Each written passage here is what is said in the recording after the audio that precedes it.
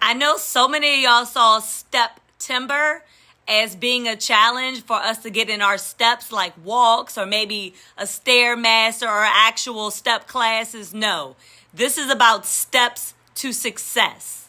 What I love about this dry erase board is that it's so easy to, be able to move stuff around. Give it a nice good name like priority list, dropping hints. You can actually write down all the stuff you want to do. A big part of breaking procrastination is planning through visualization. Okay. So actually writing down your goals and have it in a place where you got to actually see it every day, which is why I put mine on the dry erase board so I can move stuff around if I need to. Because I always got to be realistic with myself. Sometimes I'm like, oh, I'm going to do this, this, and this. But I knew I couldn't achieve all of that in one day, ain't but so many hours. So then I have to break up tasks throughout the week. And I put it on my refrigerator because I'm going to go to my refrigerator at least 4 times in a day. So I'm going to be reminded of these goals at least 4 times in a day. If you're super new to this, keep it fucking simple. If you become overwhelmed, you may shut down and just stop. So let's keep it simple. Pick one thing that you feel you struggle with and make that a priority this week. Okay, so I had did my whole thing, but then I erased it because I didn't want y'all to get overwhelmed with how crazy mine got. So, like I said, for newbies, if you're focusing on one thing, say that's just getting your food in. Picking a time, like for me, I like Sunday. Early in the morning, 6, 7 o'clock, I'm at the motherfucking store. And I usually go to at least 2 stores. So I give myself a window. I say worst case scenario, by 7, I'm up in there. It's realistically more like 6. And then I like to have myself out. This is with travel time and everything by 9 o'clock, right? So I shop in this window. You can also save some shit of time by ordering online in advance and either doing a pickup or having it delivered. So it depends on the person. I'm able to get extra steps in. I get a little bit of alone time. I'm able to hand pick my produce. So personally, in person works best for me. But then there's weeks where I know they're about to be crazy. And I'm like, fuck that. I don't have the time and I will order ahead. So think about what stopped you last week. Is it because you didn't have time to shop? If that's the case, buying online is what you're going to do this week, right? Next, what I do after I done picked out my meal prep time, my shopping, I then set the times I'm realistically going to eat and I circle those. So at least by 9 o'clock every day, I'm eating. Like that's a good time frame for me. Sometimes it might be 8, sometimes it might be 10, but giving myself an idea and not expecting perfection, but giving myself a goal helps me stay on track. Okay. So then by 9:30, 10, I'm done. I done cleaned. I can then start cooking. I have enough energy. Look, Emmy's behind me. She just ate too. And then I give myself a window from 10 to 12. That's 2 hours to get some meal prep done. Because by that time, I'm going to be ready to eat again. So then I give myself a lunchtime, 12, 1 o'clock. Now, after lunch, when noon is done, there's a chance I might have some more cooking, or I might be like, you know what, I'm good for the day. That will determine if I need to schedule some more time, like on, say, Wednesday. Say I was tired, I just wasn't really feeling it, and I only cooked half my food. I would then, after cooking it today, I would then go schedule some more time for more meal prep so that I know I'm able to stay on goal because I know that's what I struggle with. All right.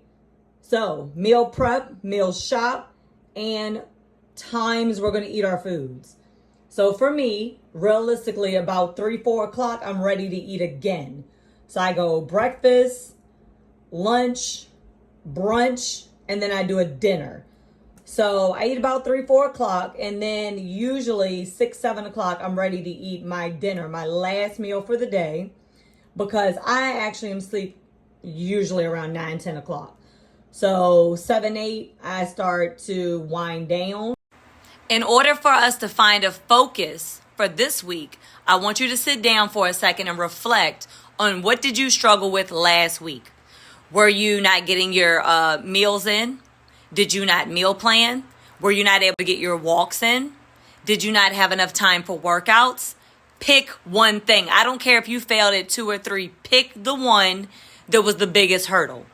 Finding one thing to focus on allows you to really put all of your attention on that one thing. Like, your work schedule, that's something you've been doing for years. That's a habit. You're just going to get up and go. That doesn't require any focus.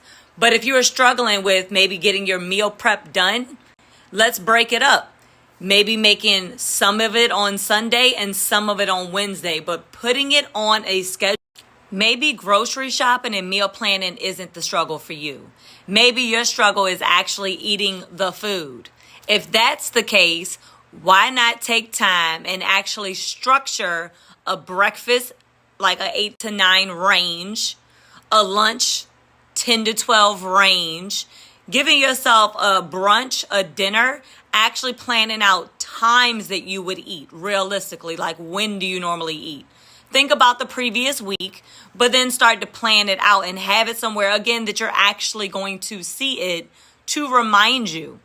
And bonus points, if you feel like that's not enough, you can also tell Siri, I forget what the equivalent is for Android, but you can also set reminders on your phone to tell you to eat, tell you to drink your water. Good news is, because I already know somebody ready to come for me, you don't have to plan forever, but you do have to be able to create yourself some kind of structure. Now, once it becomes a habit and it's just something you do, like you already know when you first wake up, you take a shit, brush your teeth, wash your ass. Like if this is a routine that you have, you're going to do that for life. That's just a given. So creating a actual structure and plan makes it so that it's a habit. After it's in habit, you don't have to write the shit down anymore because it's just natural. That is the ultimate goal, that you all are able to create a structure that continues success. Okay? I've been doing this shit for years. Meal prep is something I've been doing since a fucking kid. We were raised poor. My mom was a drunk and drug addict. I made sure me and my brother had food. So me meal prepping, even though I'm nowhere near as good as I am now, I've literally always cooked in bulk and for the most part made sure we had food. So for me, I got this, okay? Just need a refresher. It doesn't hurt to have it pre-planned and then just do it naturally, right? So it doesn't hurt to have this on your calendar. So like with me, I'm leaving this shit up here for me so I can keep myself in check. You know what I'm saying? Next, I'm going to move on to work